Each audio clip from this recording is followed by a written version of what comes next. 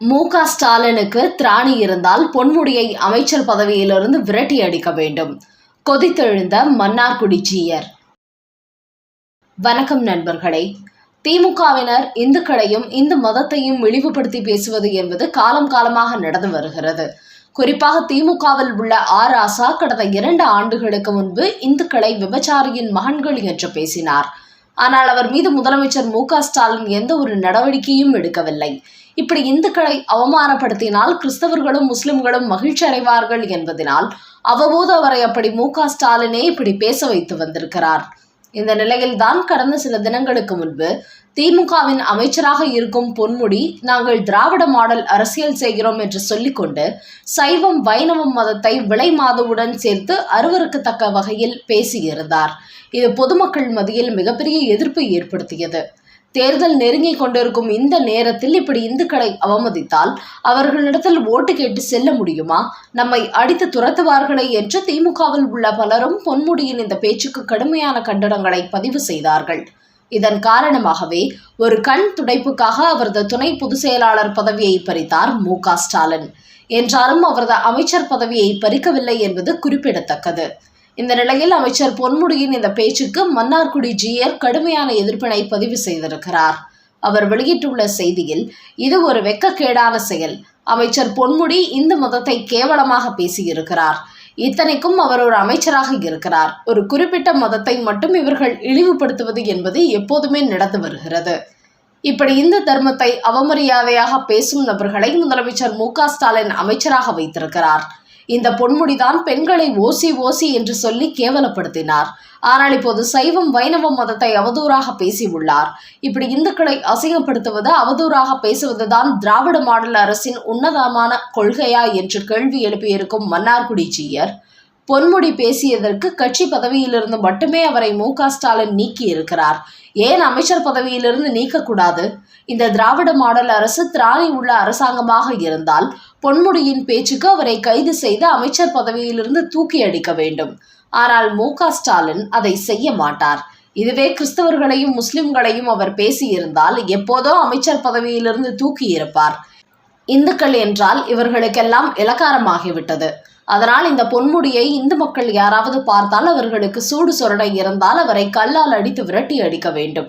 இப்படிப்பட்ட ஆபாச பேச்சாளர்கள் எல்லாம் இந்த நாட்டில் அமைச்சராக இருப்பதை நினைத்து தமிழ்நாடு மக்களும் வெக்கி தலைகுனிய வேண்டும்.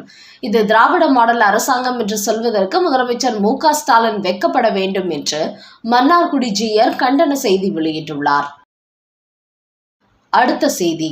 எதிர்பாராத ட்விஸ்ட் அடித்த அமித்ஷா.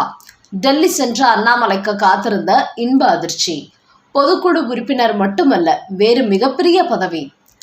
4 ஆண்டு காலம் தமிழக பாஜகவில் அதிரடி காட்டி வந்த அண்ணாமலை தற்போது தலைவர் பதவியிலிருந்து மாற்றம் செய்யப்பட்டிருக்கிறார். அதையடுத்து நயினார் நாகேந்திரனை புதிய மாநில தலைவராக நியமித்த மத்திய அமைச்சர் அமித்ஷா, அண்ணாமலைக்கு தேசிய பொதுக்குழு உறுப்பினர் பதவி கொடுக்கப்பட்டிருப்பதாக அறிவித்திருந்தார்.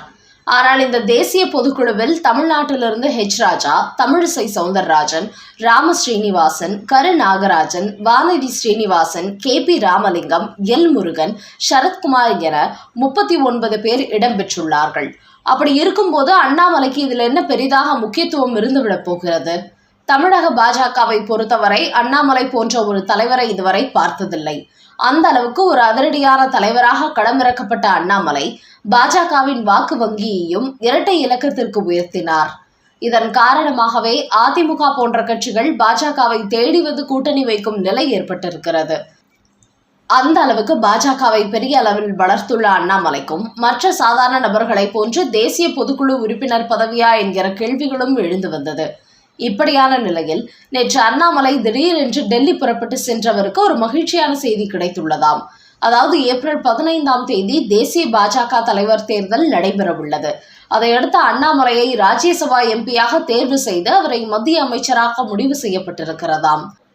குறிப்பாக 2024 மக்களவைத் தேர்தலில் கோவையில் அண்ணாமலை கண்டிப்பாக வெற்றி பெறுவார் என்று அவருக்கு மத்திய அமைச்சர் பதவி கொடுப்பதற்கும் மோடியும் அமித்ஷாவும் திட்டமிட்டுள்ளார்கள். ஆனால் அப்போது அவர் வெற்றி பெறவில்லை என்பதால் அதை அப்படியே விட்டுவிட்டார்கள். இந்த நிலையில் தற்போது அவரை ராஜ்யசபா எம்பியாக தேர்வு செய்து மத்திய அமைச்சராக முடிவு செய்திருக்கிறார்களாம். இதுகுறித்த தகவலை டெல்லியில் அமித்ஷா மற்றும் ஜே.பி. நட்டா ஆகியோர் அண்ணாமலையிடத்தில் தெரிவித்துள்ளார்களாம். அந்த வகையில் எல் முருகனை போன்று விரைவில் அண்ணாமலையும் மத்திய அமைச்சராக போகிறார் என்பது உறுதியாகி இருக்கிறது. அடுத்த செய்தி, மு.க. ஸ்டாலினுக்கு பீதியை கொடுத்த உளவுத்துறை ரிப்போர்ட். ஷாக் கொடுக்க போகும் 2026 தேர்தல். தமிழ்நாட்டில் உள்ள பெண்கள் திமுகவுக்கு எப்போதுமே வாக்களிப்பதில்லை. அதனால் இந்த நிலையை மாற்ற வேண்டும் என்பதற்காகத்தான் மு.க. ஸ்டாலின் 2021 சட்டமன்ற தேர்தலுக்கு முன்பு அனைத்து இல்லத்தரசிகளுக்கும் மாதந்தோறும் 1000 ரூபாய் உரிமை தொகை என்று ஒரு வாக்குறுதி கொடுத்தார்.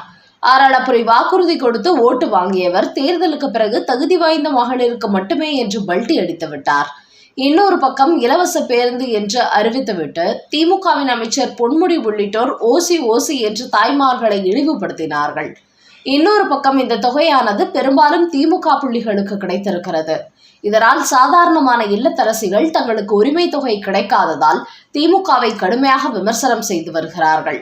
ஆனால் இந்த நேரத்தில் தமிழ்நாட்டில் அதிமுக பாஜக கூட்டணி உறுதி செய்யப்பட்டதை அடுத்து திமுக உளவுத்துறை மு.க. ஸ்டாலினுக்கு ஒரு அதிர்ச்சி ரிப்போர்ட் கொடுத்துள்ளதாக தினமலர் நாளிதழ் ஒரு பரபரப்பு செய்தி வெளியிட்டுள்ளது.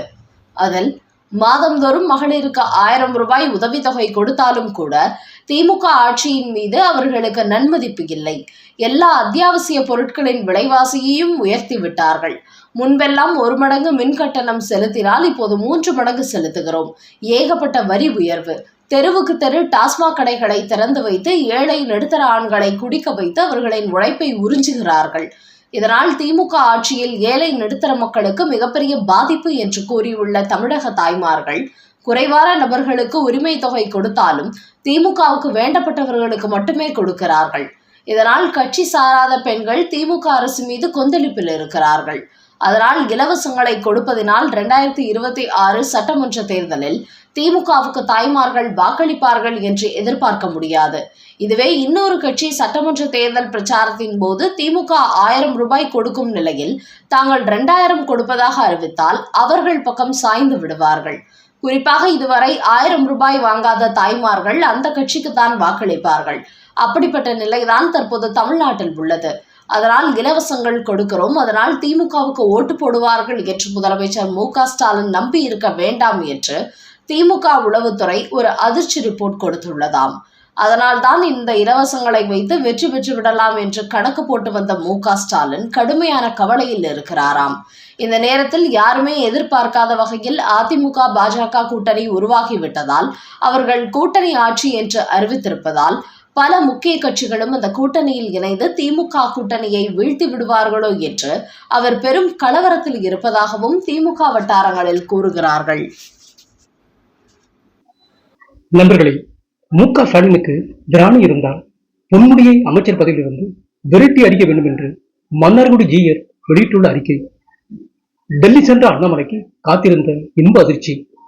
பொதுக்குழு உறுப்பினர் மட்டுமின்றி மத்திய அமைச்சர் பதவி கொடுக்க தயாராகி வருவது மற்றும் பெண்களுக்கு இலவச பேருந்து மாதந்தோறும் 1000 ரூபாய் கொடுத்தால் 2026 சட்டமன்ற தேர்தல் திமுகவுக்கு அதிர்ச்சி தோல்வியாகவே அமையும் என்று உளவுத்துறை மு.க. ஸ்டாலினுக்கு ரிப்போர்ட் கொடுத்திருப்பது குறித்த உங்களோட கருத்துக்களை கமெண்ட் பாக்ஸில் பதிவிடவும். நன்றி, வணக்கம்.